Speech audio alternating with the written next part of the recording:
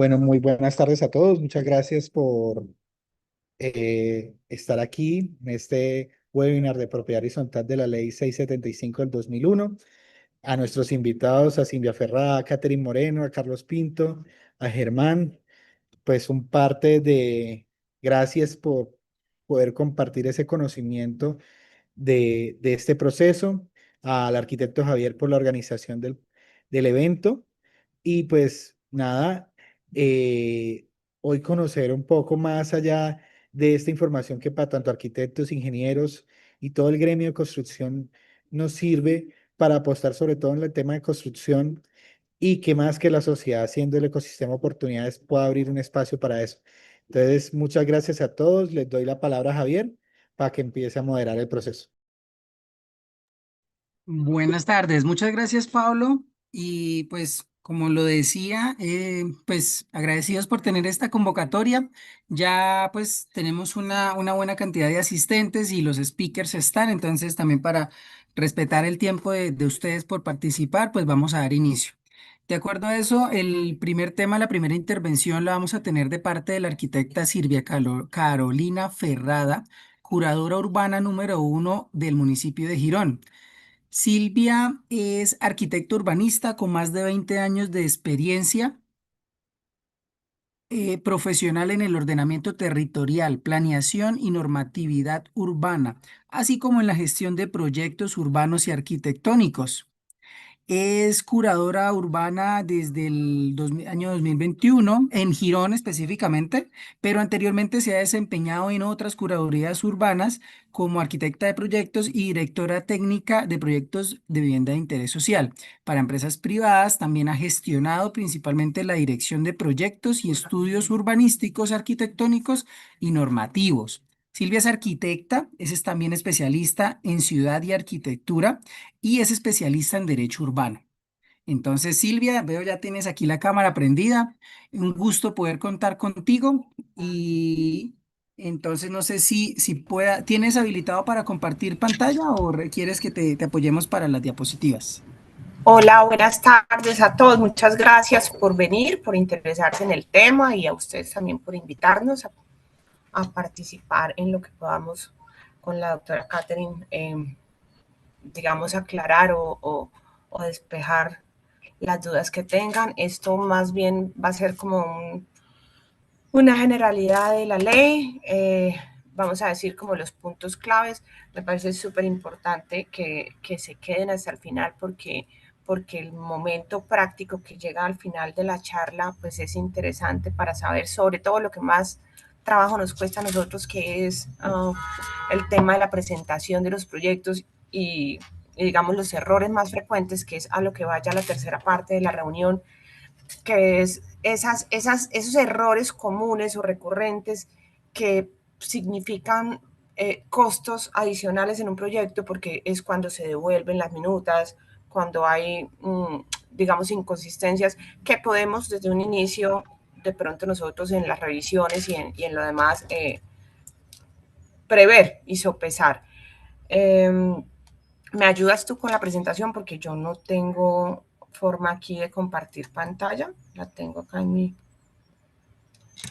Oh, ¿quién me está ayudando? Bueno, no, no se fue la pantalla.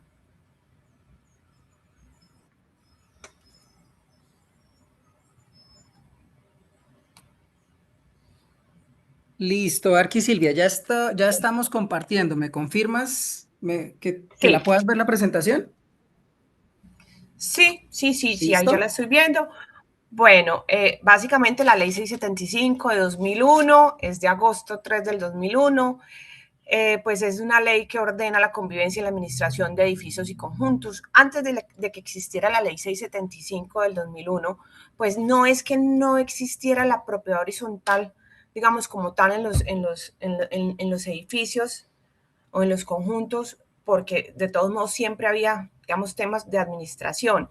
Lo que hace la ley precisamente y lo que se trata y los principios fundamentales de la ley es, digamos, regular de una forma especial el derecho, el dominio de cada propietario sobre su unidad privada, pero también organizar esos temas en los que participa como copropietario de los bienes comunes. Los principios pues son la seguridad, conservación, la convivencia pacífica, la función social de la propiedad. Estas, digamos, son cosas que no tienen tanto que ver con el tema arquitectónico, pero pues son súper importantes y fue realmente por lo cual se estableció la necesidad de hacer esta ley. ¿Por qué? Pues porque a través de la exigencia de la licencia de construcción y de los planos de propiedad horizontal en donde se establezca específicamente cuáles son las unidades privadas y cuáles son las unidades comunes, pues garantizamos primero la seguridad, y la seguridad no solamente, digamos, como en general, sino la seguridad jurídica de cada propietario. Al solicitar esa licencia de construcción, pues implícitamente protegemos la estabilidad, el funcionamiento y cuidado del inmueble porque estamos garantizando que para que una edificación, un conjunto tenga propiedad horizontal y se pueda regular y pueda venderse y desglosarse, digamos, para cada propietario, pues exista una licencia de construcción que garantice esa estabilidad. Pues el tema de convivencia pacífica y de función social de la propiedad vienen implícitos porque al hacer o al existir un reglamento de propiedad horizontal, pues vienen los manuales de copropiedad, donde se establezcan, digamos, normas mínimas de convivencia que hacen pues que haya derecho a la resolución de conflictos también. ¿Podemos pasar a la siguiente? Javier, ¿podemos pasar a la siguiente diapositiva o yo la puedo pasar? Ah, no, ya. Ya pasó, ya debería estar. Bueno, aquí pues seguimos con los principios orientadores. Los principios orientadores pues son 5, lo mismo la función social y ecológica de la propiedad, la convivencia y solidaridad, pues que es lo que estábamos hablando ahorita. Se promueve una cooperación entre copropietarios, residentes y tenedores.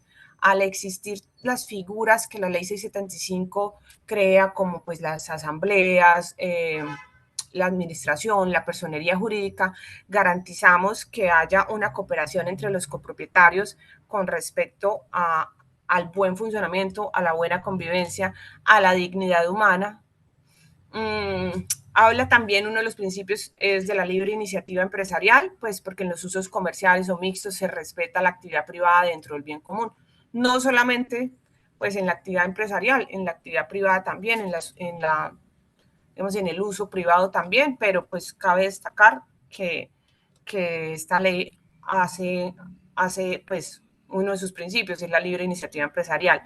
Y el debido proceso, ¿por qué? Porque es que al ya estar regulado bajo un reglamento y al ya tener unos manuales de funciones y algo establecido para poder, digamos, tener el debido proceso de queja o de multas si llega a ser necesario con respecto al incumplimiento de las obligaciones de cada copropietario o al incumplimiento con los pagos, pues al existir la ley puede existir un debido proceso en ese cumplimiento o en esa omisión de estos puntos que antes no existía.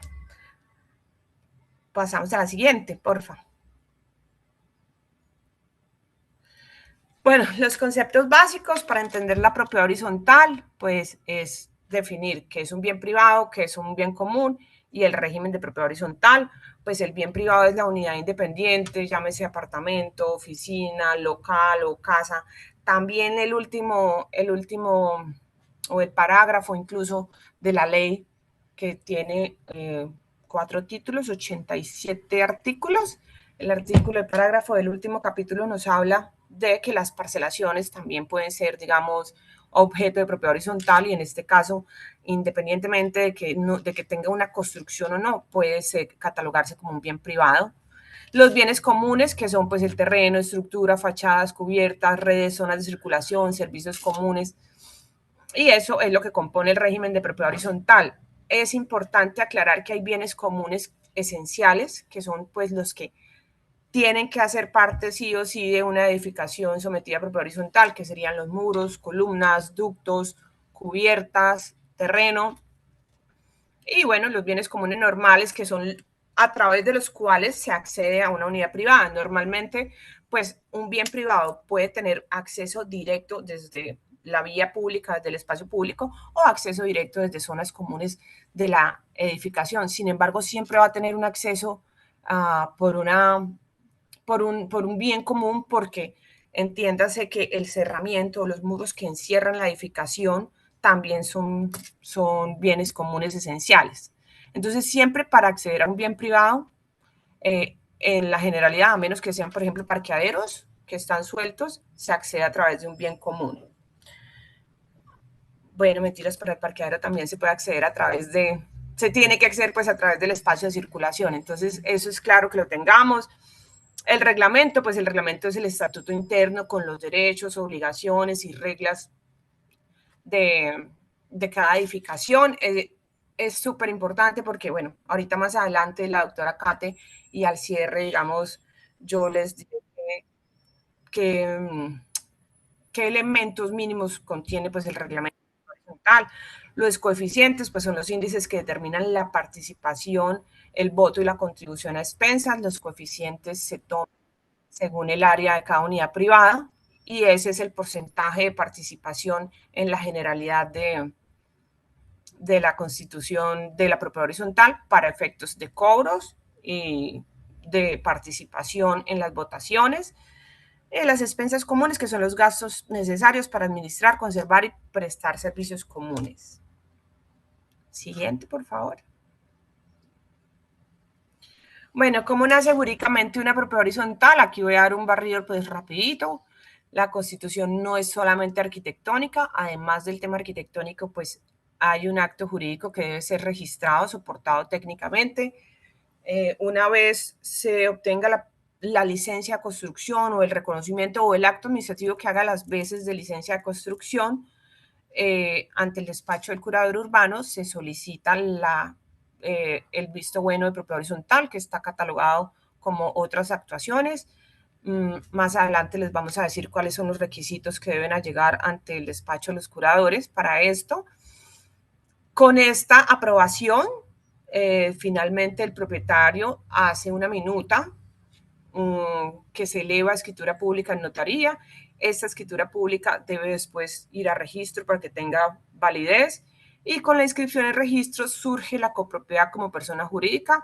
La alcaldía o la entidad que delegue el municipio en donde se encuentren debe establecer esa representación legal. ¿Seguimos? Bueno, esto básicamente es como parte de lo que ya habíamos hablado, pues el bien privado tiene un uso exclusivo, pero conforme a su destinación y reglamento. Es la obligación central no afectar la seguridad, salubridad ni tranquilidad. Es decir, si tú compras como apartamento, pues debes usarlo para vivienda. Después, perdóname, si tú no lo utilizas pues para el bien que está destinado y que aparece destinado en el reglamento de propiedad horizontal, pues estarías, digamos, faltando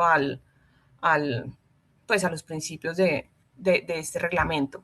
El bien común pues son las partes necesarias para la existencia, estabilidad, funcionamiento, conservación, seguridad, uso, goce, disfrute. Estas áreas comunes no se enajenan, no se embargan de manera separada del bien privado, pues volvemos a lo mismo, escaleras, pasillos, posiblemente en algunos casos todos los parqueaderos, su estación eléctrica, tanques. Y los bienes de uso exclusivo. Bueno, los bienes de uso exclusivo son bienes que pueden ser comunes, pero tienen una asignación de uso exclusivo a los bienes privados. Ejemplo, parqueaderos, ejemplo, depósitos, ejemplo, terrazas, cuando tenemos edificaciones con aislamientos laterales, a partir del segundo piso o del cuarto piso, según la tipología aislada, esas terrazas pueden ser de uso exclusivo del apartamento al cual tenga acceso o tenga salida. Digamos que tienen unas connotaciones diferentes para los coeficientes, sobre todo en tema de administración, y tienen unas connotaciones pues que no se pueden cambiar la destinación, construir sin autorización, y una de las condiciones que nos pone la ley es que la persona a la cual le sea asignada ese uso exclusivo pues debe hacerse cargo no solamente del usufructo, pues del uso y disfrute del bien o de lo que se establezca del área, sino también del mantenimiento y de la buena tenencia. Bueno, aquí abajo dice, bueno, una idea de fuerza, el diseño arquitectónico debe coincidir con plano, licencia y reglamento. Eso sí, pues nosotros tenemos que fijarnos cuando se aprueba la copropiedad que los planos de propiedad horizontal cumplan a cabalidad con áreas, con los espacios, con las denominaciones que están aprobadas en la licencia de construcción. Si eso no sucede, pues no existe una aprobación de esos planos. Los compañeros que nos van a hablar al final de la charla les van a mostrar unos ejemplos súper chéveres de cómo presentar los planos, cómo alinderarlos para que sea mucho más fácil de entenderlos, no solamente para nosotros como curadores, sino para pues escrituras, para el tema de hacer la minuta, para el tema de registro. ¿Seguimos? Javier, ¿me regalas la siguiente diapositiva? Ya la cambié, vamos en la 6. Coeficientes, Ahí va. expensas. Listo, listo. Coeficientes de copropiedad. Bueno, el régimen financiero de la copropiedad se sostiene en proporciones, obligaciones y recaudo oportuno. Cuando se hace pues, el reglamento de propiedad horizontal y se tiene una administración, un acta de asamblea, un revisor fiscal y todos esos temas, pues, y cuando hay zonas comunes grandes, normalmente, pues, deben de, bueno, es que para nadie es sorpresa que aunque mucha gente someta un edificio, por ejemplo, de 4 pisos o de 5 pisos a un régimen de copropiedad, no tienen un administrador porque no tienen unas zonas comunes que devenguen no sé, una cuota de mantenimiento, de celaduría, de aseo.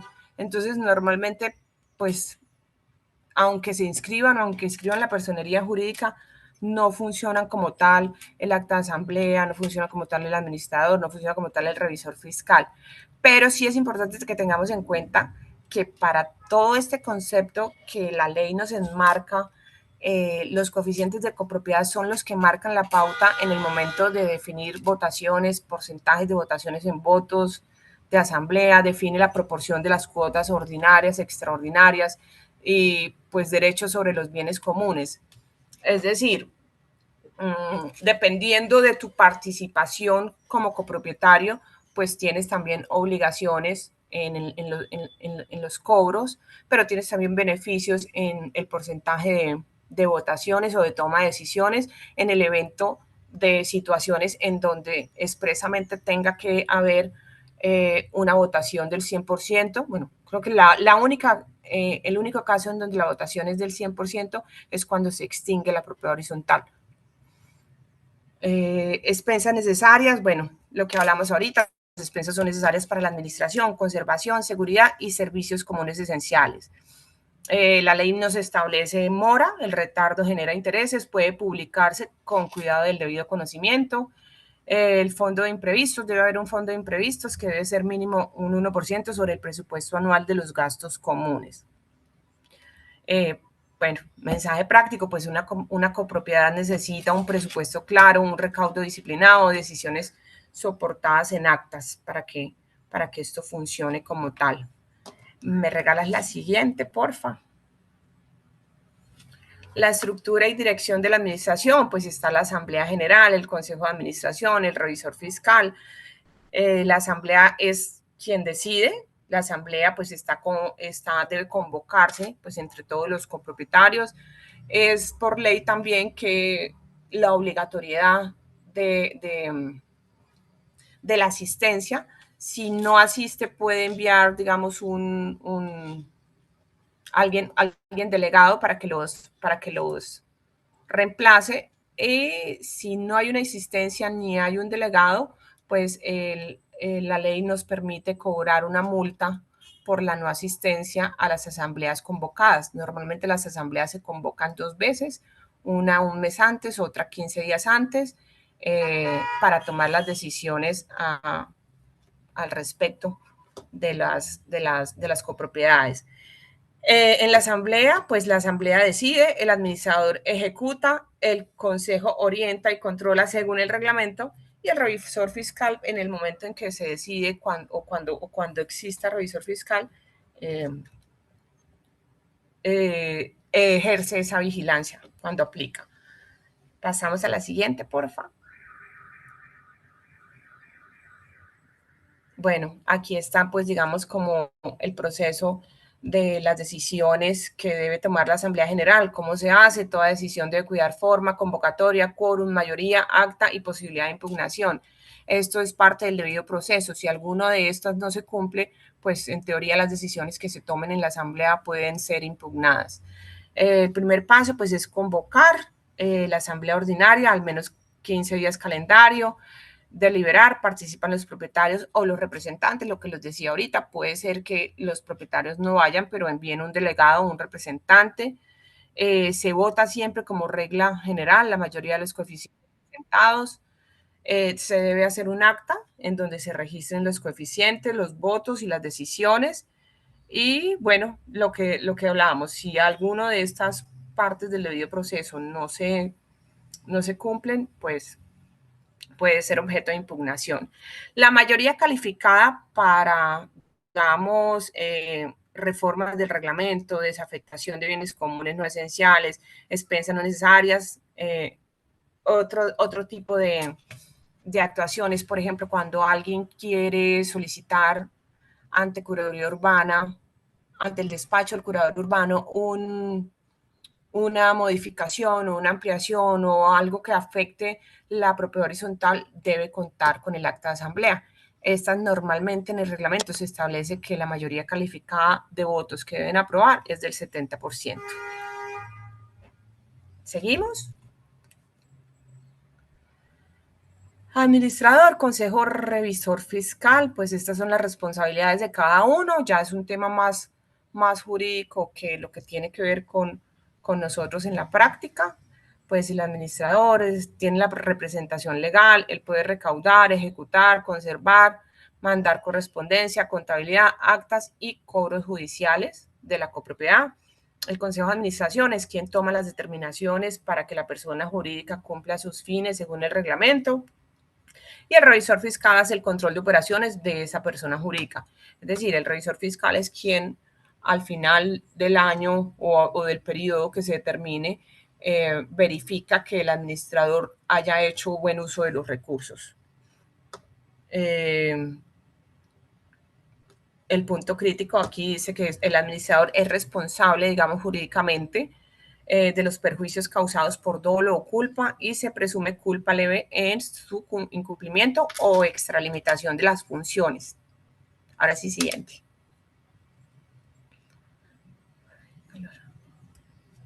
¿Me regalas la siguiente, Javier? Bueno, cuando existan conflictos, existe pues el comité de convivencia y sanciones, la ruta recomendada para el conflicto entre propietarios o tenedores o la administración, pues es un diálogo, se hace en el comité, no impone sanciones, se establece, digamos, una ruta de fórmulas de arreglo,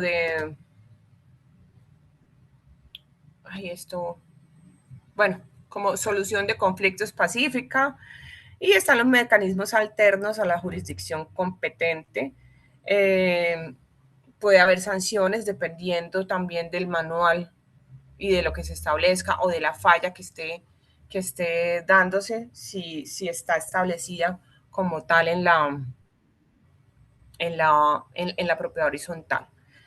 ¿Seguimos? Creo que ya la doctora Catherine va a empezar a hablar de el despacho del curador, qué son las cosas que pedimos y luego nos volvemos a ver. Gracias. Muchas gracias, arquitecta Silvia Carolina. Como decías, ahora nos va a acompañar la arquitecta Caterine Moreno. Ella es arquitecta, especialista en Derecho Urbano, Gestión de Proyectos y Planificación Territorial y Gobernanza, Desarrollo Territorial. Magíster en Planificación Territorial y Gestión Ambiental y en Derecho y Gestión Urbanística con más de 20 años de experiencia en labor en curadurías urbanas, desempeñándose como arquitecta revisora desde el 2018 y curadora urbana de Bucaramanga desde el año 2018. Arquitecta Caterine, bienvenida. Mm, A que nos cuentes. Hola Javier, ¿cómo estás? Buenas tardes para todos. Veo caras conocidas, otras no tanto. Por ahí está Sergio Luna, me alegra verlo por acá. Bueno, bloque práctico. ¿Qué es lo que realmente solicita el curador ante una radicación de otra actuación de propiedad horizontal? En la ley 675 no se habla de erradicar un reglamento de propiedad horizontal como tal. Básicamente el reglamento es algo que va posterior a la autorización que nosotros damos a esa otra actuación de la aprobación de los planos de propiedad horizontal. Estos planos y este trámite se protocoliza junto con la escritura o con ese reglamento que realiza por lo general un abogado. Y pues los pasos a seguir son revisar con coherencia entre la licencia que se aprobó con anticipación, ya sea ante un municipio donde exista la figura del curador urbano o que no exista, si lo hacen ante la Secretaría de Planeación, tiene que haber coherencia entre esa licencia, los planos y los planos de la propiedad horizontal, porque se van a enmarcar las áreas correspondientes a las áreas privadas, comunes y demás, y lo cual se va a llevar al reglamento de propiedad horizontal. Entonces, el curador básicamente lo que revisa es la concordancia con respecto a la licencia de construcción anteriormente aprobada y que coincidan las áreas que nos están catalogando como privadas de las unidades para poder llevarlo al documento que aprueba esa otra actuación. Es denominada dentro de las otras actuaciones por el decreto 1077 de 2015. Ya en notaría se eleva escritura del reglamento de propiedad horizontal junto con el reglamento que se ha hecho con base en esa aprobación que se ha hecho desde el despacho del curador y se protocoliza la licencia y los planos. Ya la Oficina de Registro de Instrumentos Públicos registra la escritura y con el registro pues nace esa personería jurídica. Esa personería jurídica es supremamente importante porque muchos de ustedes cuando hacen los trámites de licenciamiento ante los despachos de cualquier jurador nos preguntan, pero bueno, ¿por qué nos piden esa personería jurídica que muchas veces las tienen que tramitar ante el INVISBO aquí en el área metropolitana? Y que es un poquito complejo, pues eso es como una cámara de comercio, digámoslo así. Entonces sabemos a ciencia cierta si está inscrita esa propiedad horizontal ante la autoridad competente y si cuenta con esa personería jurídica para nosotros poder hacer los trámites correspondientes que se deban realizar. ¿Me regalan la siguiente, Javier, por favor?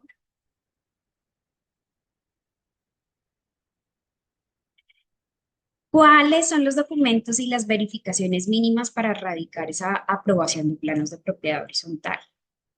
Como les decía anteriormente, tenemos que tener en cuenta la concordancia con la licencia de construcción anterior que se ha emitido desde cualquier despacho de los curadores y lo que se va a tramitar como la otra actuación de la propiedad horizontal. Entonces son unos planos de alinderamiento en donde se dividen los bienes privados de los bienes comunes.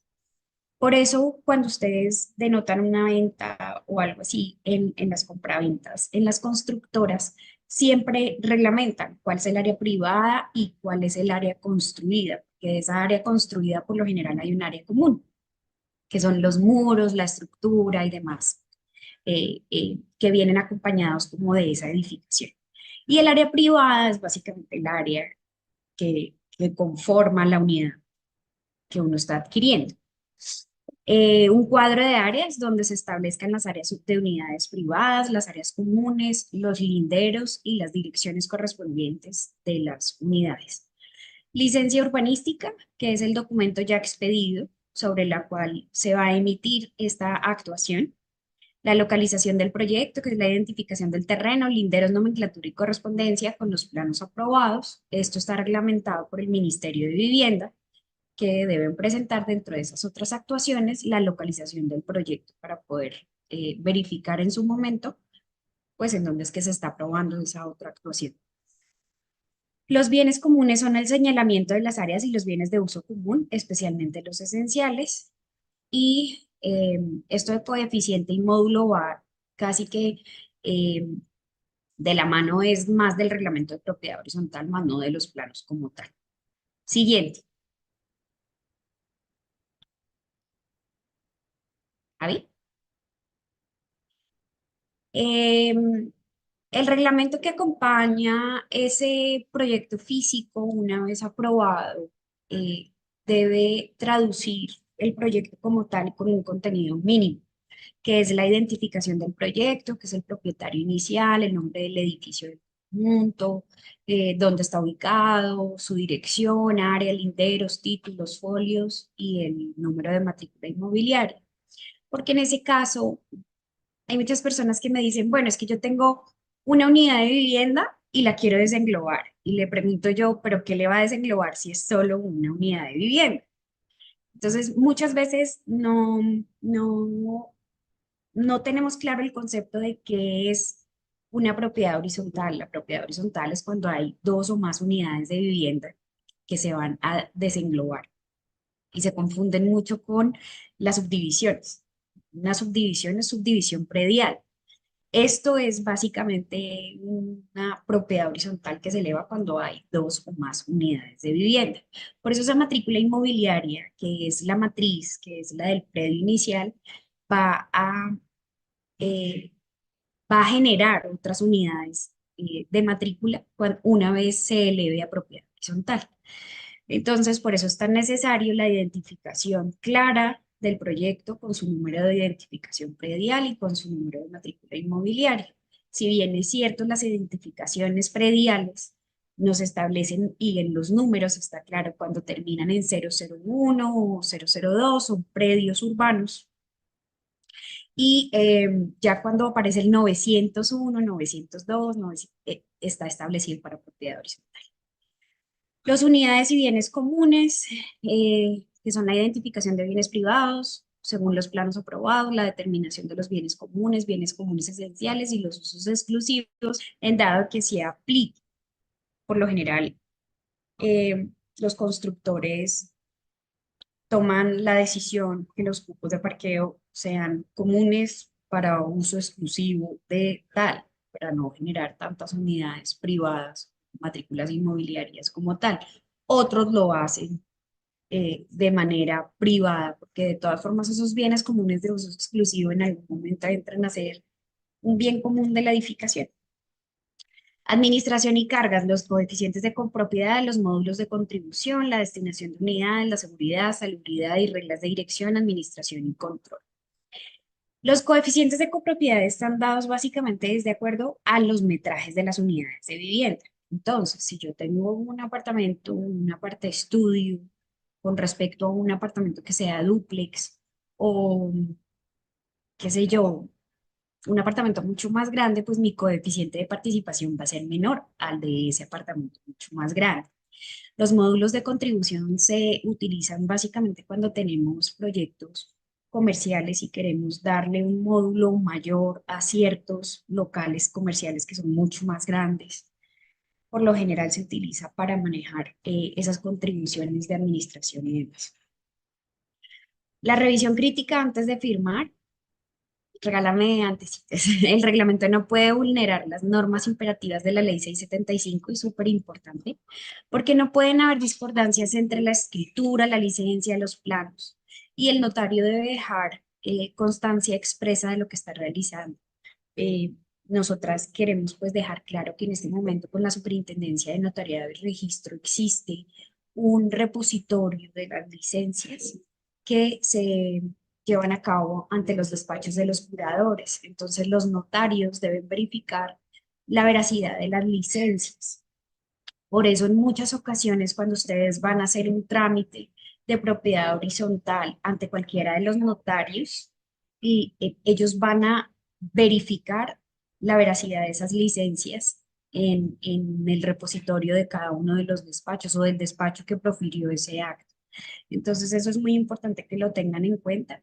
A veces la propiedad horizontal que se está haciendo sobre una licencia anterior, esas licencias obviamente no están cargadas porque este repositorio eh, está rigiendo desde el 2017, pero en muchas ocasiones nos llaman a preguntarnos por la veracidad de las licencias y demás. Siguiente. Esto es básicamente una lectura práctica para los arquitectos y los administradores, que la propiedad horizontal debe leerse como una unión entre el diseño físico, las reglas jurídicas y la convivencia comunitaria. Eh, yo le digo a todo el mundo, cuando usted le va algo a propiedad horizontal, usted dejó de ser el propietario único y va a compartir con muchas personas. Entonces, pues hay que tener una buena convivencia, unas reglas claras y demás desde el inicio, desde el reglamento, para que después no se vayan a presentar inconvenientes. Es muy importante verificar los planos, la licencia del reglamento para que coincidan las áreas privadas, comunes y los usos. Distinguir bien cuáles son los comunes, las bienes comunes esenciales, no esenciales y los posibles usos exclusivos. Revisar los coeficientes, los módulos de contribución y las expensas antes de aprobar decisiones económicas. Documentar a las asambleas con convocatoria, quórum, votos, coeficientes y actas, y aplicar la convivencia y sanciones con debido proceso, proporcionalidad y evidencia.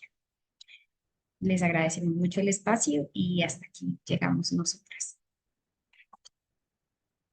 Muchas gracias, arquitecta Caterina y arquitecta Silvia, por esta primera parte en la que nos dan pues, la explicación de por qué se hace propiedad horizontal, que pues ya ustedes muy bien lo han ilustrado. Quisiera dejarles una pregunta a ustedes dos como curadoras para que la vayan pensando hacia el momento del espacio de discusión, y es así muy por encima de todos los trámites o solicitudes que reciben en las curadurías. ¿Qué porcentaje creen que representan las propiedades de propiedad horizontal? O sea, de 100 solicitudes, ¿cuántas son de propiedad horizontal? Solo como para hacernos una idea de qué tan habitual es este trámite en el ejercicio, porque yo creo que es una de las cosas que más hacen los arquitectos, ¿sí? Pero como decía al inicio, de la que menos nos enseñan cuando estamos estudiando, ya están especializaciones, que creo que este tema de la propiedad horizontal no es muy habitual de decir, venga, aprenda a hacer una propiedad horizontal. Entonces les dejo esa pregunta a las dos para que ahorita al final nos puedan ahí ayudar con ese dato. Ahora vamos a dar paso a los arquitectos Carlos Eduardo Pinto, arquitecto urbanista y especialista en mercados y políticas de suelo en Latinoamérica, con amplia experiencia en gestión inmobiliaria, transformación digital y construcción. Y al arquitecto Germán Rojas, arquitecto con maestría en inteligencia artificial y más de 15 años en el sector constructor, liderando proyectos bajo metodología BIM y de propiedad horizontal. Los dos invitados representan a la empresa Taller PH y pues nos acompañan hoy en este webinar. Bienvenidos, Carlos, y bienvenido, Germán. Gracias, Javier. Muchas gracias, Javier. Buenas tardes a todos. Eh, Agradecemos la invitación a la Sociedad Colombiana de Arquitectos Regional Santander. También un saludo a la doctora Silvia Ferrada y Catherine Moreno. Y pues bueno, damos inicio a nuestra presentación, que se va a enfocar un poco a partir pues, de todo lo que nos estaban explicando, temas muy interesantes realmente. Las curadoras vamos a dar pues una percepción de cómo se está trabajando hoy día a partir de aplicación de tecnología y pues de la metodología BIM dentro del proceso de propiedad horizontal, ¿de acuerdo? Entonces, es importante empezar haciéndonos preguntas, y unas preguntas muy sencillas, y es ¿cuántos proyectos inmobiliarios se frenan por un error de digitación o un número mal puesto en el documento o una letra mal puesta en el texto? ¿Sí? ¿Cuántas entregas se han postergado por una inconsistencia de áreas o una mala coordinación dentro de todo ese proceso de propiedad horizontal? Y sobre todo, realmente cuánto cuesta, ¿sí? Realmente cuánto cuesta ese flujo de caja y sobre todo la reputación para los desarrolladores cada día de esa evolución o de silencios administrativos que no permiten que realmente se les pueda dar una respuesta a esos clientes que están expectantes de sus unidades. Entonces, dentro de todo ese proceso y dentro de la experiencia que hemos tenido dentro del mercado colombiano, hemos encontrado los errores más costosos dentro de todo este proceso de propiedad horizontal. hablemos de la elaboración de la PH, del trámite y demás. Y la primera es la definición incorrecta de lo que son bienes privados y bienes comunes. ¿Sí? Aquí se encuentran conflictos desde el proceso de generación de PH hasta la postventa, ¿sí? Y se vienen muchas reclamaciones de propietarios, ¿sí? Reformas posteriores al reglamento que suelen ser, digamos, dentro de ese proceso ya costosas, porque tenemos que generar una información sobre algo que ya está construido, posiblemente entregado, y pues allí es donde se tiene que empezar a esperar si de pronto la copropiedad con ese 70% aprueba o desaprueba pues ese proceso de mejora o de reforma, perdón. Por otro lado, uno de esos errores es el cálculo inadecuado de coeficientes de copropiedad. Las curadoras nos comentaban que es uno de los temas que tiene mayor conflicto al momento en que se está haciendo un proceso de escrituración y de registro, y precisamente entendiendo pues que el coeficiente es uno de los, o más bien es el que define esas cuotas de administración. En el caso en que se genere algún tipo de error, pues estamos hablando de desbalances, y pues esto nos lleva otra vez a conflictos entre propietarios o dificultades para esas administraciones futuras, para poder solventar esos gastos que va a generar esa copropiedad. Por otro lado, pues los reglamentos que nos reflejan la realidad del proyecto, y esto es un tema supremamente importante a tener en cuenta, porque normalmente, pues no lo digamos normalmente, pero sucede que hay reglamentos que se toman de otras copropiedades como formato, y hay muchas cosas que se quedan pegadas del proyecto anterior a este nuevo proyecto. Entonces, como consecuencia, pues realmente hay una restricción operativa, ¿sí? En donde se van a tener conflictos de uso, y la necesidad de reformas posteriores van a ser supremamente necesarias, que nos lleva pues a lo mismo que ocurre dentro del primer punto que comentábamos. Por otro lado, ya entrando desde la elaboración de la propiedad horizontal como tal, desde lo técnico, los cambios de diseño que no se actualizan dentro de la propiedad horizontal. Y es común que de pronto cuando se está elaborando la propiedad horizontal, el diseño de ese proyecto está generándose o se están generando ciertas modificaciones porque la curaduría solicitó una modificación de un espacio, o porque de pronto el desarrollador requirió algún tipo de modificación sobre ese diseño, pero no se informó oportunamente al proceso de elaboración de PH, y ahí es donde empiezan los conflictos. Obviamente habrán inconsistencias documentales y reprocesos técnicos jurídicos. Obviamente, si desde el plano el proyecto no está acorde, de ahí para adelante la generación de información no va a estar acorde a lo que se va a requerir dentro del proyecto. Esto, digamos que se solventa realmente utilizando datos, ya lo veremos un poco más en detalle con la explicación del arquitecto Germán, pero dentro de este proceso es vital que el dato que se maneje desde el principio sea transversal a todo el proceso de propiedad horizontal. Por otro lado está la documentación preparada, pero sin estructura de los datos integrados, ¿sí? Lo que comentaba anteriormente. Aquí puede generarse una duplicidad de datos, errores de digitación por parte del humano que está transcribiendo lo que dice el plano a unos linderos, o transcribiendo lo que dice el plano a unos cuadros de coeficientes o cuadros de áreas que se tienen que presentar ante una curaduría o ante un proceso de escrituración ante notariado. Pues realmente se van a generar muchas devoluciones porque no hay concordancia. Esto ya pues a reprocesos, a procesos también de demora de escrituración de cara al cliente de esos proyectos o de esas unidades privadas. Y por otro lado está la preparación tardía del proyecto de PH. Creo que había un tema o unas palabras que decía Javier, y es un tema tan crucial para un proyecto, pero realmente cuando uno está en una universidad o cuando está preparándose para estos temas de arquitectura, pues realmente este tema no se toca, ¿sí?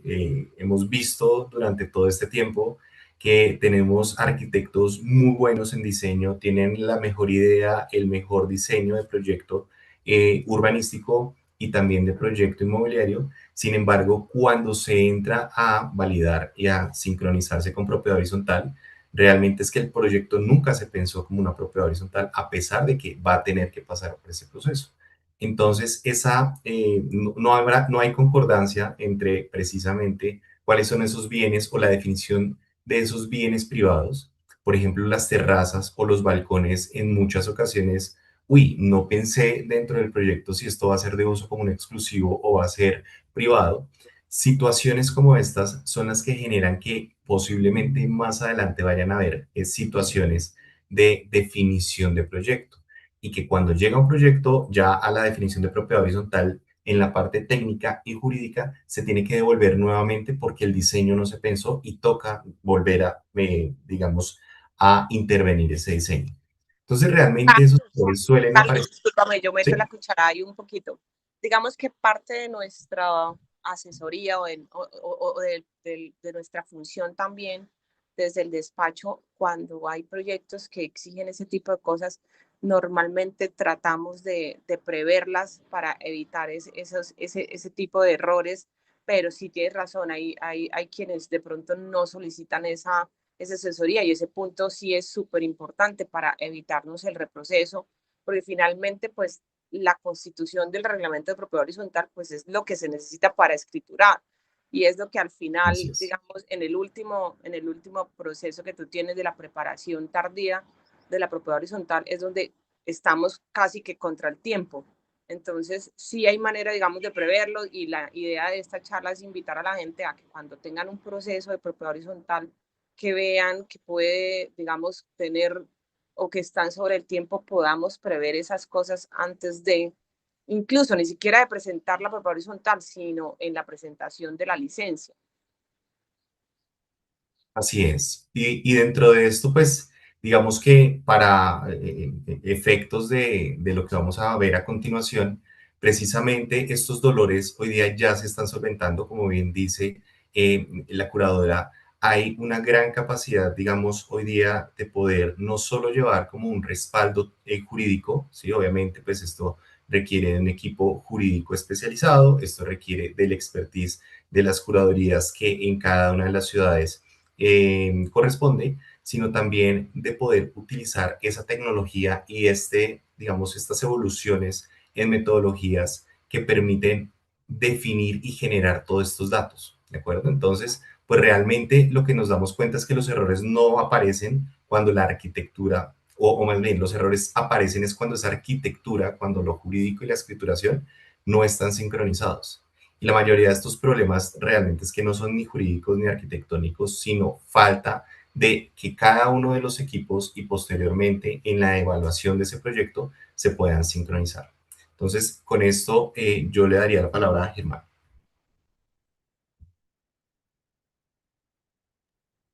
Listo. Gracias, Carlos. Bueno, buenas tardes para todos. ¿Están viendo mi pantalla en este momento? Un PowerPoint.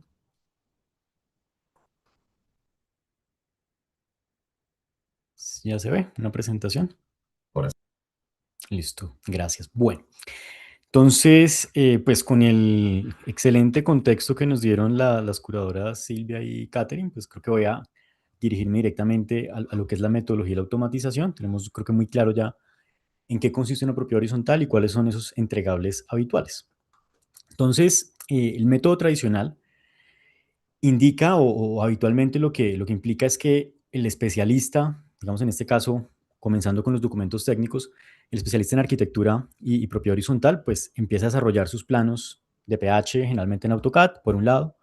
Luego en un archivo independiente en un Excel monta su cuadro de áreas de propiedad horizontal. Luego en otro cuadro de Excel, de otro archivo, monta los coeficientes.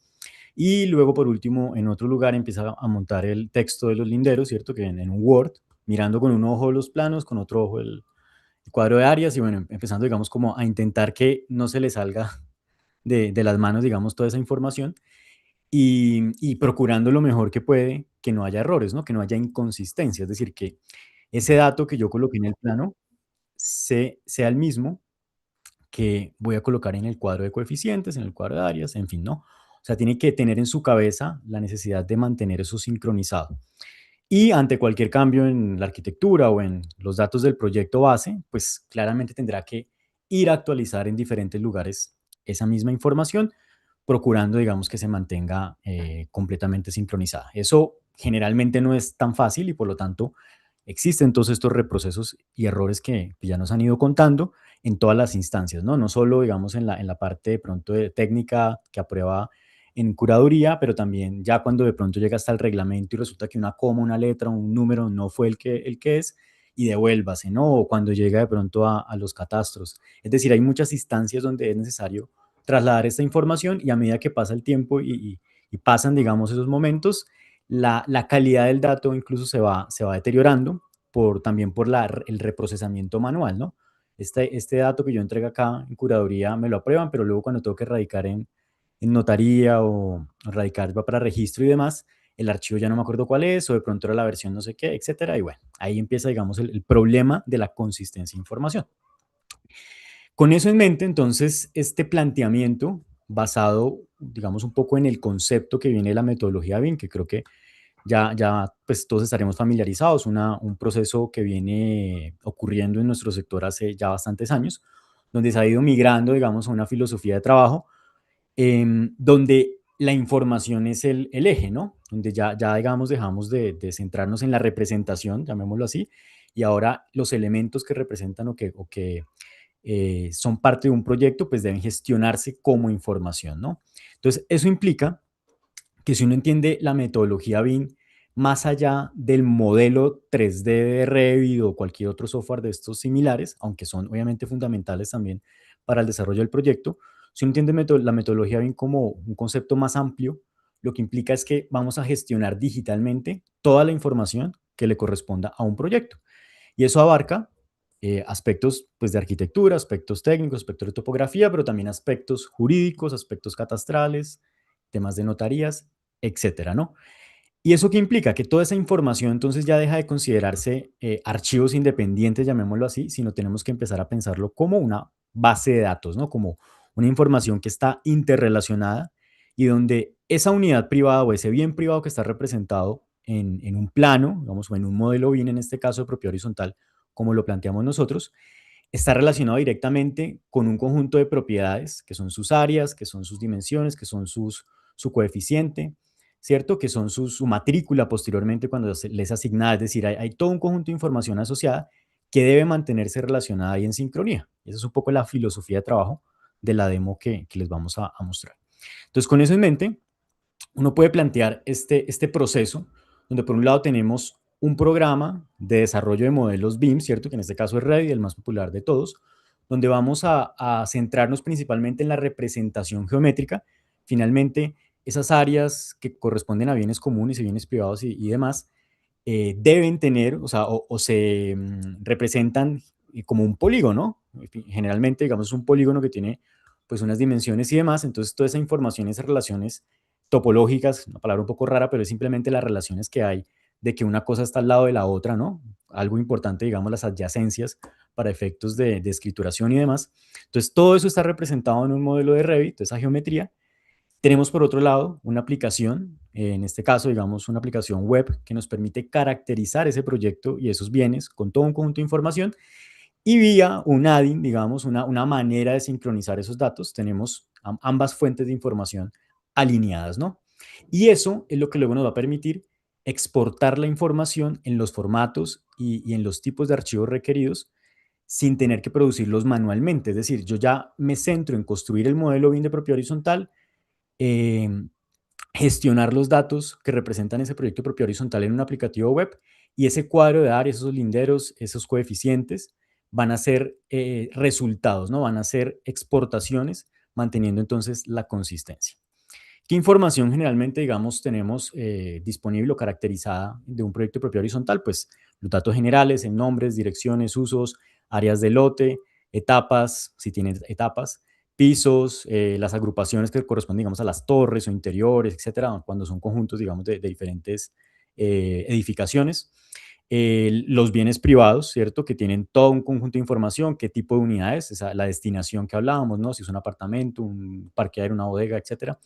¿Qué tipología le corresponde? Generalmente los proyectos inmobiliarios están estructurados alrededor de una tipología que se repite en diferentes lugares, ¿no? Y que comparte, digamos, unas propiedades. El número de esa unidad, la ubicación, en qué piso y qué torre está, la etapa, las áreas, tanto construida como privada, si es libre, construida, común, etcétera. Digamos, toda esa definición de áreas, incluso segregada cuando tenemos, por ejemplo, un apartamento y el balcón y el espacio técnico y la terraza y el patio, cada uno, digamos, con esas áreas perfectamente, digamos, establecidas, las dependencias o espacios que corresponden a esa unidad, la altura libre, dato importante también para temas de uso ya en el mundo real, los bienes comunes de uso exclusivo asignados a esa unidad en caso de que exista esa representación o esa categoría de área en ese proyecto, los coeficientes, dato muy importante que va a ir a diferentes lugares, y los linderos, ¿no? Tanto el texto y descripción escrita como esa geometría, polígonos y mojones, digamos, que representa esa información.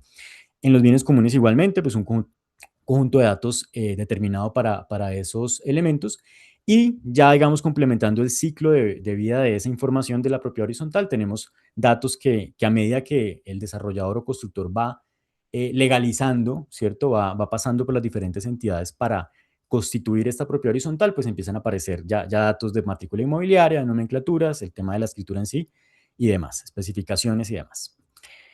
Entonces voy a ir al demo rápidamente, digamos, de cómo se ve esto, cómo se puede entender ya más visualmente. Por un lado, entonces, tenemos pues, un aplicativo donde se gestiona la información. Entonces, un poco, recuerden, no vamos a hacer el cuadro de áreas en Excel, no vamos a hacer los linderos acá, sino se gestiona la información de una manera centralizada. Entonces, voy a ir a un proyecto demo para entenderlo. Es un proyecto demo, digamos, muy típico, 340 y tanto unidades privadas, 5 tipologías, 12 pisos, 8 torres, 14.600 metros cuadrados. Es un proyecto promedio de vivienda en este caso.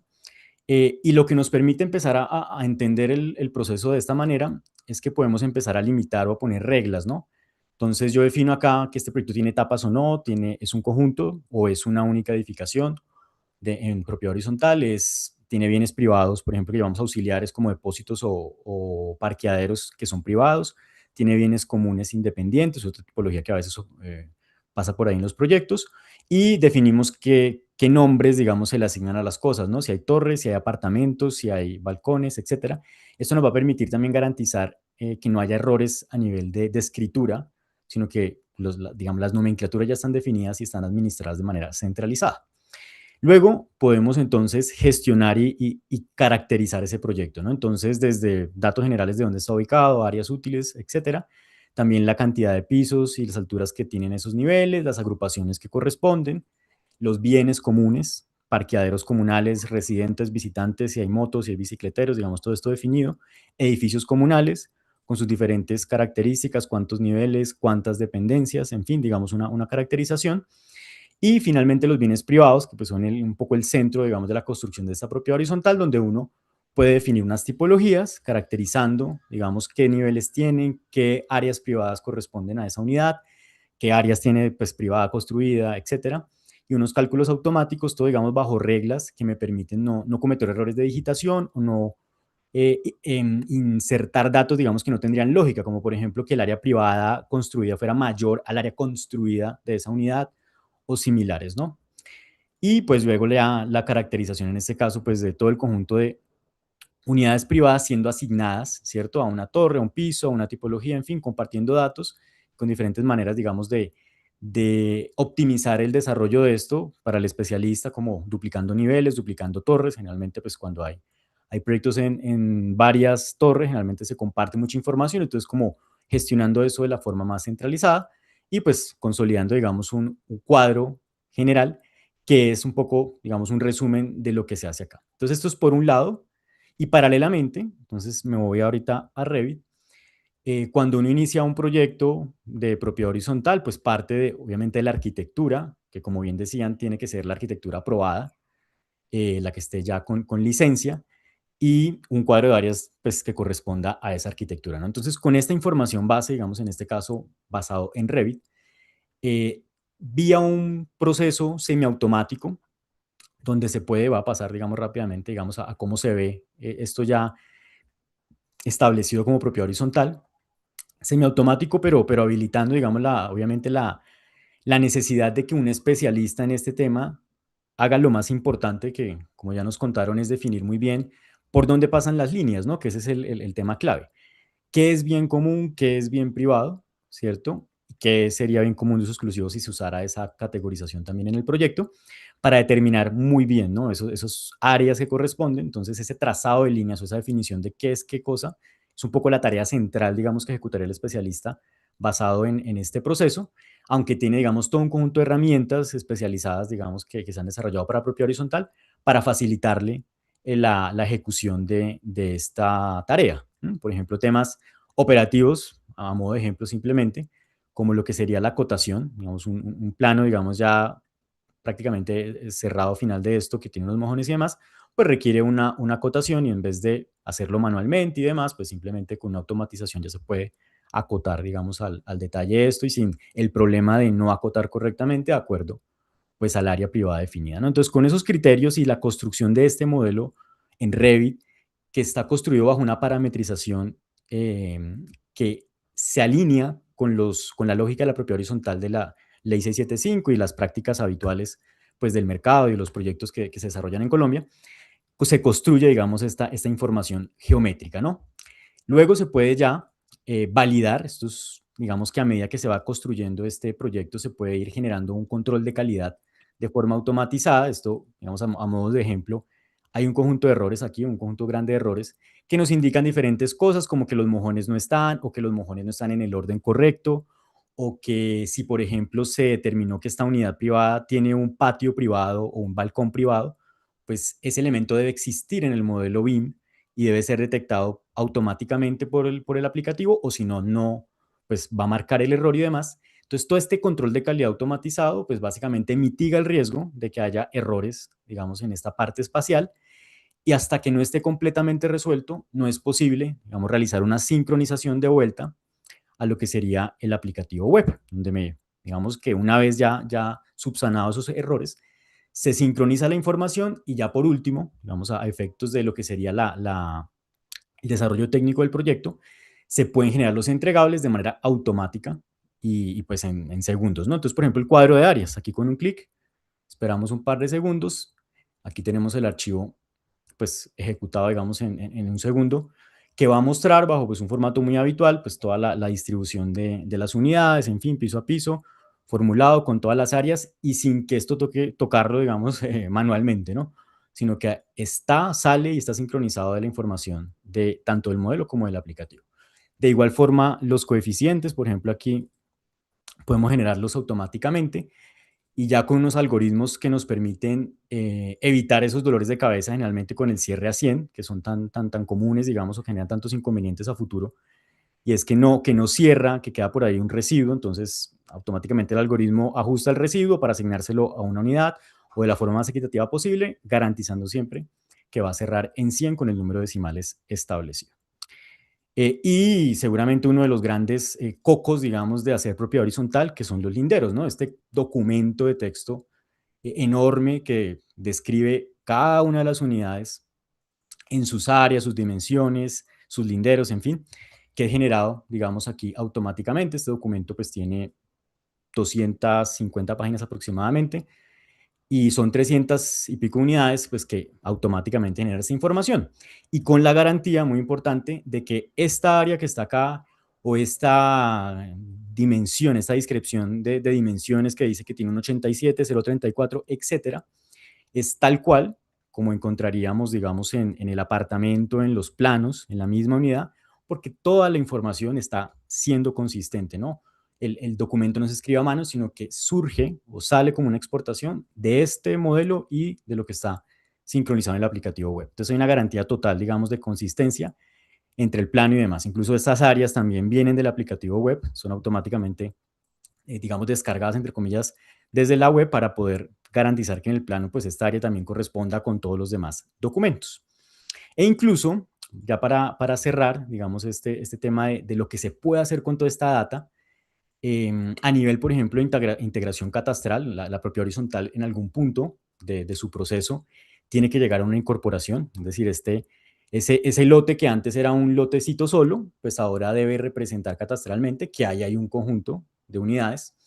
Entonces, toda esta información también se puede usar incluso para poder integrarse y ser interoperables con una entidad catastral, en este caso de ejemplo, digamos el IGAC, donde se puede exportar, vamos, un formato alfanumérico que está definido a través de, digamos, de una estandarización del IGAC, donde tenemos todos los mismos datos, el coeficiente, las áreas, en fin, la dirección, etcétera, toda la información de las unidades, además de otros digamos, tablas que solicita el IGAC a nivel alfanumérico e incluso a nivel geoespacial, a modo de ejemplo, donde se produce, digamos, una geodatabase, es un formato, digamos, usado para temas geográficos que requiere, digamos, las entidades catastrales, a partir de la misma información, en vez de que los operarios internamente lo hagan o hacerlo, digamos, a mano, esto se produce automáticamente con toda la información de las construcciones y también con toda la información de las unidades, ¿no? Entonces, un apartamento de estos acá, X, no es solo, digamos, la representación geométrica en este caso, sino además esto tiene una metadata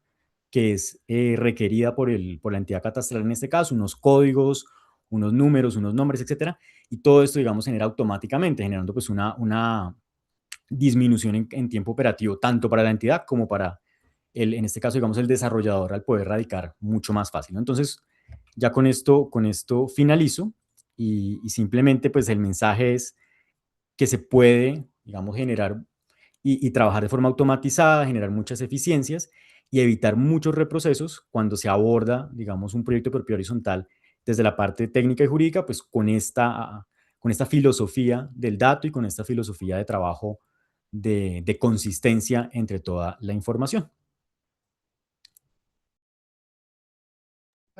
Germán, espectacular. O sea, ¿en qué sentido? Hoy en día muchos profesionales usan y dicen, claro, yo ya trabajo en BIM porque abro Revit o hago los modelos en Archicad o cualquier software, pero a veces no se han explorado todas las potenciales y todas las capacidades que tienen esas herramientas para los desarrollos. Entonces, espectacular. Lo que nos cuentas, le pedimos pues a los invitados, en este momento damos inicio a la etapa de preguntas de las intervenciones, tanto para lo que nos explicaron las curadoras como para lo que nos ha explicado Carlos y Germán. Entonces, pueden enviar sus preguntas por el chat o si desean, creo que el micrófono lo pueden abrir. Entonces, pues hagamos el ejercicio a ver si de manera ordenada pueden abrir el micrófono. El que desee hacer una pregunta, bienvenida. Pues, ¿quién dijo yo?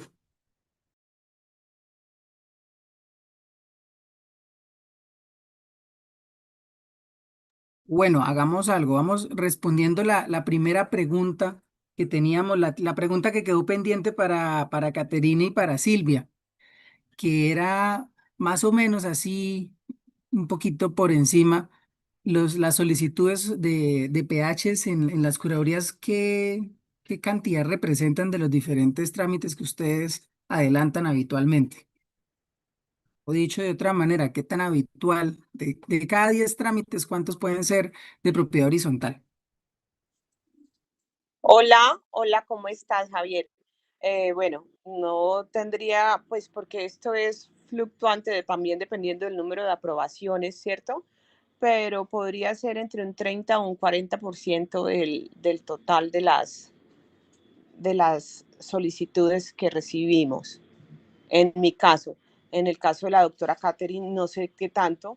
Esto es dependiendo de qué tanto, digamos, se reconoce o qué tantas actuaciones urbanísticas hay en el municipio. En Girón particularmente, pues hay mucho reconocimiento de edificaciones de 5 pisos que generan posterior a ese reconocimiento el trámite de propiedad horizontal. Bien, muchas gracias, Arqui, pero de todas maneras ratifica la hipótesis que se planteaba al inicio de qué tan habitual es este trámite y pues lo dice, o sea, es muy frecuente. Si de cada 10 entre 3 y 4 trámites son de PH, sin duda es un tema que para los profesionales es muy útil y pues más poderlo aprender. Para Germán tengo una inquietud y para Carlos. O sea, bueno, sin duda, este desarrollo que ustedes nos mostraron, hace cuánto existe? O sea, ya hace cuánto esta herramienta que nos mostraban ahorita, ese demo, lo vienen implementando. Y pues no les voy a decir hace cuánto llevan desarrollándolo, porque seguramente son años, ¿no? Ha sido un ejercicio de aprender. Sospecho que ustedes eran profesionales que hacían propiedades horizontales manualmente, como decías, con el Excel, ajustando los decimales, revisando dónde se había descuadrado por un decimal, pero seguramente esa misma necesidad los llevó a desarrollar este tipo de herramientas. Entonces, más un poquito sobre el desarrollo, cómo fue ese proceso. Sí, sí, efectivamente, digamos, principalmente Carlos, digamos, era el que más hacía PHs de forma tradicional. Yo, digamos, entendí el concepto y demás, y luego conversando, pues llegamos como a la conclusión de que tal vez había una mejor forma de realizar un proyecto de este tipo y de gestionar esa información. Los primeros pilotos los desarrollamos ya hace bastante rato, estamos hablando del 2018, donde claramente, digamos, era una metodología y un planteamiento, digamos que en este momento ya se podría ver como un poco arcaico, llamémoslo así, pero que nos permitió empezar a explorar formas de automatizar y de digitalizar y empezar a robustecer con el paso del tiempo y el aprendizaje de muchos proyectos, muchos tipos de proyectos también, muchas variaciones que hay a veces por temas jurídicos o por temas, digamos, de la naturaleza misma de esos proyectos. Y ha sido una mejora continua, digamos, el desarrollo de este proceso y hemos evolucionado pues bastante en los últimos años.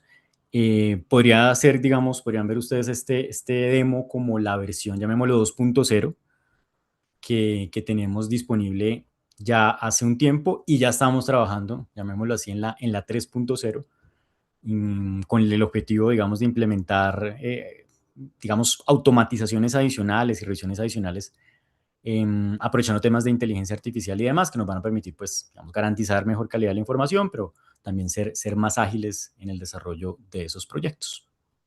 Gracias, Germán. Si bien en el ejercicio que nos muestras, ustedes hacen todo el modelo 3D, lo manejan desde Revit, ¿han probado la herramienta conectándola con otros programas? No sé, digo, por ejemplo, con Archicad o puedes mencionar alguno.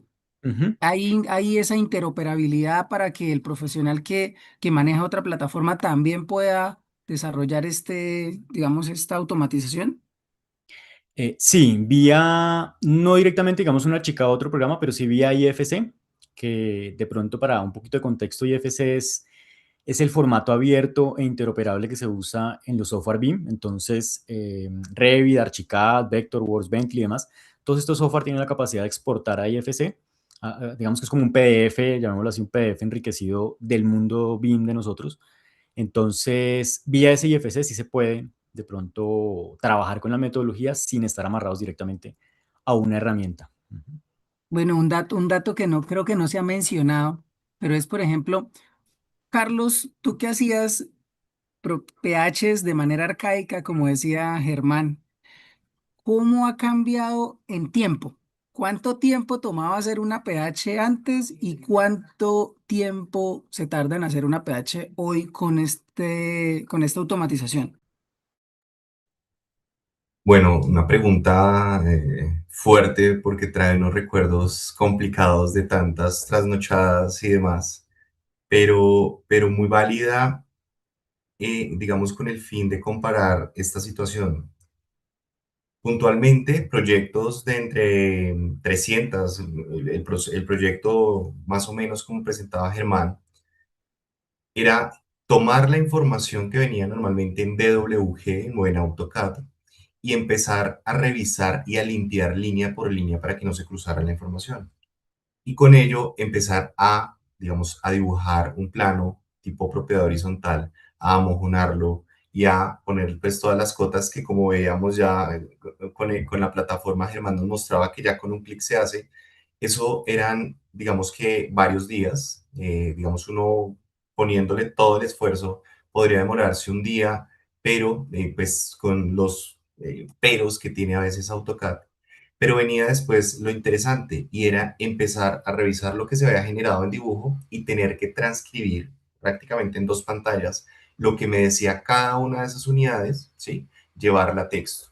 Y esto, los que han hecho esto me entenderán que llega un punto en donde ya todo se ve igual, ya no se encuentra diferencia entre un piso y otro, entre una tipología y otra, y empieza uno, bueno, ¿cómo vamos a mejorar el trabajo? Y es que ahí es donde empiezan los errores, porque uno comete el error del copy-paste, ¿sí? Entonces, esta tipología es muy parecida a la otra, entonces yo voy y la traigo, pero a veces en ese proceso se olvidaba cambiar, por ejemplo, la colindancia que tengo a mi lado, ¿sí?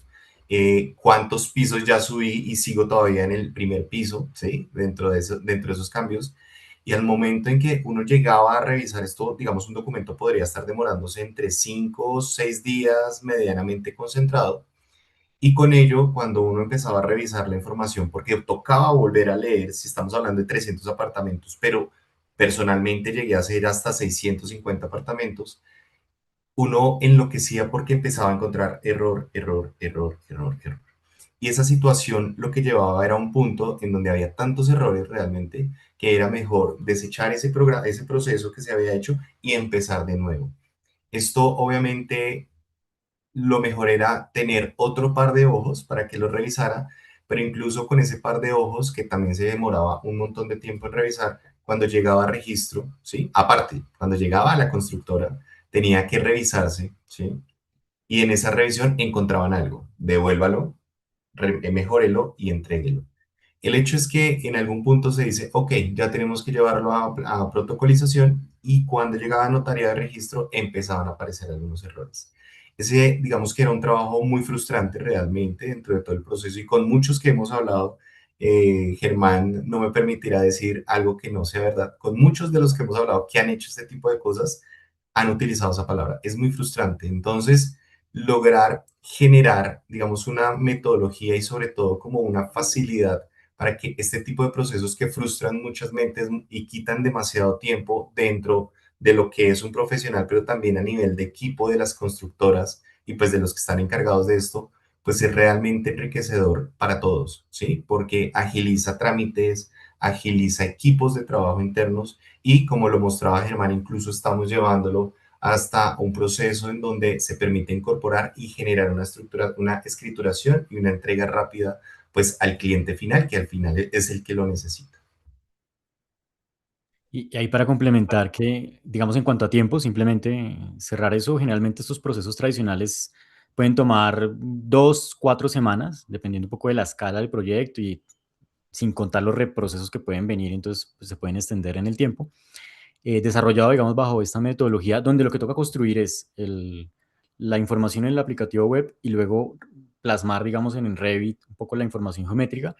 En un proyecto pequeño, digamos, de menos de 200 unidades, pueden ser 1 o 2 días.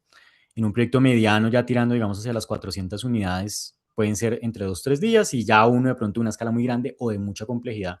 Por ejemplo, hemos hecho proyectos de 2.000 unidades, digamos, algo de ese estilo, que son varias etapas, proyectos muy grandes. Puede tomar de pronto unos 3, 4 días, digamos, máximo, pronto por lo que toca tener mucho cuidado en la representación de mucha variación en tipologías, o tal vez tenemos también 500 de esos parqueaderos independientes, 500 depósitos privados, entonces todo ese detalle de pronto a veces requiere un poco más de atención, pero no pasa, digamos, de eso, ¿no? De menos de unos 3 días en promedio, 2, 3 días en promedio, ya se puede construir toda la información. Y una vez está, digamos, cualquier ajuste, cualquier pequeño tema, pues en realidad es una edición de unos minutos y volver a generar, digamos, los documentos sin ningún inconveniente.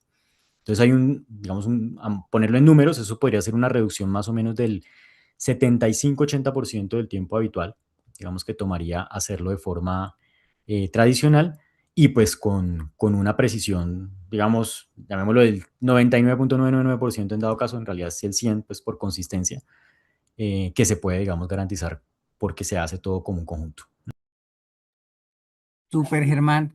Ahora, bueno, alguien nos deja aquí un comentario, es desgastante. Sí, seguramente asumo que se refiere a los reprocesos que implican los cambios en las pHs y pues sin duda esa expresión lo define muy bien. Vea, tengo una pregunta para ustedes.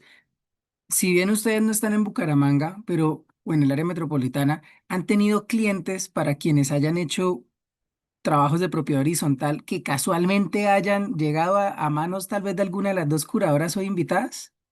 ¿A Girón o a Bucaramanga? Sí, sí, yo tengo en la memoria, digamos que no es, vamos a decir honestos, no es la región más común en la que hacemos proyectos. Generalmente, pues, estamos muy centrados en la región, pues, de Bogotá, de Valle, de Barranquilla, Medellín y algo de región, digamos, Tolima, algo de eje cafetero. Pero en Bucaramanga sí recuerdo un proyecto, entonces sí tiene que haber uno por ahí, que era de la constructora IC. No Florida recuerdo. Blanca, Era Florida Blanca, Florida sí, muy Blanca. cerquita. Santander, pero no alcanzamos a Sí. llegar a Bucaramanga o Ah, a Girón. bueno. Un Bueno, proyecto bueno. complejo, ¿no? Era un Proyecto grande que proyecto tenía usos mixtos, como de unas exacto, varias torres, hoteles, dotacional. como 20 pisos. Proyecto importante allá en la zona. Ujú. Bueno, bueno, no, pues seguramente si hubiese llegado a manos de la arquitecta Silvia, hubiese salido con muy pocas observaciones o con ninguna. Y pues como ella nos ha explicado, pues es muy importante, o sea, ser muy riguroso este tema de las cifras. Esto no es solamente un tema de diseño, es un tema legal y es clave pues entenderlo y pues hacerlo bien, básicamente. Vamos a dar una miradita a ver si tenemos alguna pregunta por el chat en la transmisión que se está haciendo en vivo por YouTube. Puede que haya algo por allá. Y pues le recordamos a los demás asistentes si alguien tiene alguna inquietud o algo que quisiera preguntarle tanto a las curadoras como al equipo de Taller PH, pues pueden abrir el micrófono o dejarnos el mensaje y nosotros leemos la pregunta.